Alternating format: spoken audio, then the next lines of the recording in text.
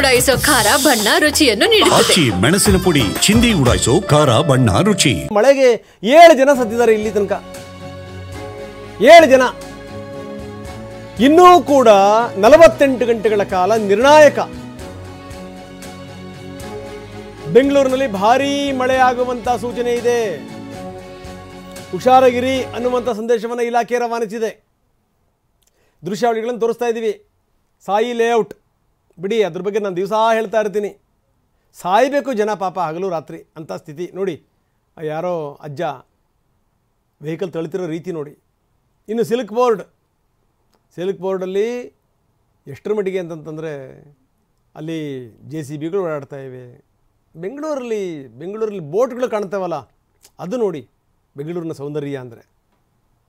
ಇನ್ನು ಇನ್ಮೇಲಿಂದ ಏನು ಅಂತಂದರೆ ಈ ವರದಕ್ಷಿಣೆ ವರೋಪಚಾರ ಕೇಳುವಂಥವ್ರು ಒಂದೊಂದು ಬೋಟು ಕೊಟ್ಟು ಕಳಿಸೋದು ಒಳ್ಳೆಯದು. ಗೊತ್ತಿಲ್ಲ ಯಾವ ಟೈಮಲ್ಲಿ ಎಲ್ಲಿ ನೀರು ನುಗ್ಗುತ್ತೋ, ಎಲ್ಲಿ ಮುಳುಗುತ್ತೋ ಗೊತ್ತಿಲ್ಲ. ಇನ್ನು ನಿನ್ನೆ CM DCM ಬ್ಯುಸಿ ಇದ್ದರು ನಿನ್ನೆ ಕಾರ್ಯಕ್ರಮದಲ್ಲಿ. ಅದಾದ ಮೇಲಿಂದ ಇವತ್ತು ಬೆಳಗ್ಗಿಂದಲೇ ನಿನ್ನೆ CM DCM ಇಬ್ಬರು ಸುತ್ತಾ ಇದ್ದಾರೆ.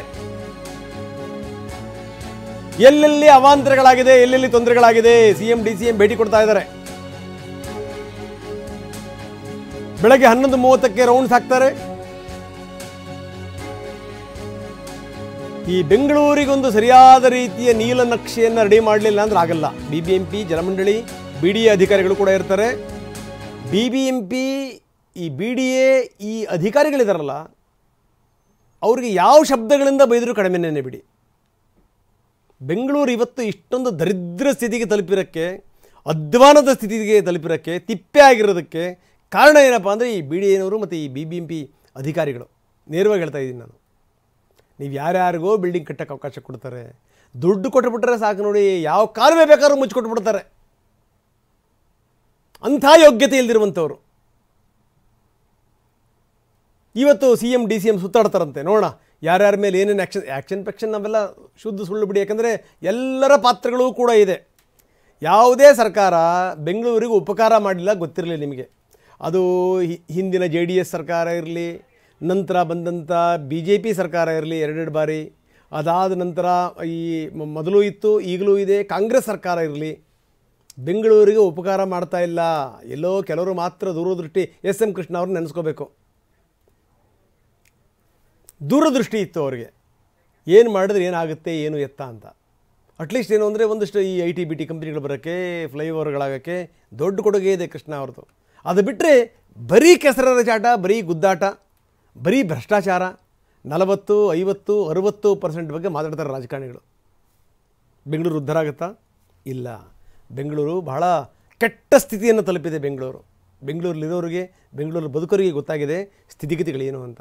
ಒಂದು ಕಡೆ ಮಳೆ ಬಂತು ಅಂತಂದರೆ ಆ ಕಡೆ ವಾಹನಗಳು ಸರಿಯಲ್ಲ, ಹಿಂದ್ಗಡೆ ಆ್ಯಂಬುಲೆನ್ಸ್ನವ್ರು ಬಡ್ಕತ್ತಾ ಇರ್ತಾರೆ. ಇಲ್ಲಿಯವರು ಪಾಪ ಮುಂದ್ಗಡೆ ಇರುವಂಥವ್ರು ನರಳ್ತಾ ಇರ್ತಾರೆ ಪಾಪ ಪ್ರಜ್ಞೆಯಿಂದ. ಅಯ್ಯೋ ಹಿಂದ್ಗಡೆ ಯಾವನು ಸಾಯ್ತಾ ಇದ್ದಾನೋ ಏನೋ, ನಾವು ಜಾಗ ಬಿಡೋಕ್ಕಾಗಲ್ವಲ್ಲಪ್ಪ ಅಂತ. ಬೆಂಗಳೂರು ಈ ಸ್ಥಿತಿ ತಲುಪಿದೆ. ಬೆಂಗಳೂರಿಗರೇ ಬಹಳ ಎಚ್ಚರಿಕೆಯನ್ನು ವಹಿಸಿ. ಯಾಕಂದ್ರೆ ನಗರಕ್ಕೆ ಇನ್ನೂ ಮಳೆ ಕಂಟಕ ತಪ್ಪಿಲ್ಲ. ಸಿಲಿಕಾನ್ ಸಿಟಿಯಲ್ಲಿ ಮುಂದಿನ 48 ಗಂಟೆ ಭಾರಿ ಮಳೆಯಾಗಿದೆ. ಈಗಾಗಲೇ ಮುನ್ಸೂಚನೆ ಕೊಟ್ಟಿದೆ. ಹವಾಮಾನ ಇಲಾಖೆ ಕೊಟ್ಟಂತಹ ಮುನ್ಸೂಚನೆ ಪ್ರಕಾರ ಭಾರಿ ಮಳೆ ಇದೆ ಮುಂದಿನ 48 ಗಂಟೆಗಳಲ್ಲಿ. ಬೆಂಗಳೂರಿನಲ್ಲಿ ಯೆಲ್ಲೋ ಅಲರ್ಟ್ ಘೋಷಣೆ ಮಾಡಲಾಗಿದೆ. ಕಳೆದ 2 ದಿನಗಳಿಂದ ಸುರಿತಾ ಇರುವಂತಹ ಮಳೆಯಿಂದ ಹಲವು ಕಡೆಗಳಲ್ಲಾದಂತಹ ಅವಾಂತರ, 3 ಬಲಿ, ಇದೆಲ್ಲವನ್ನ ಕೂಡ ಗಮನಿಸಿದೆ ಬೆಂಗಳೂರು. ಈಗಲೂ ಕಂಟಕ ತಪ್ಪಿದ್ದಲ್ಲ.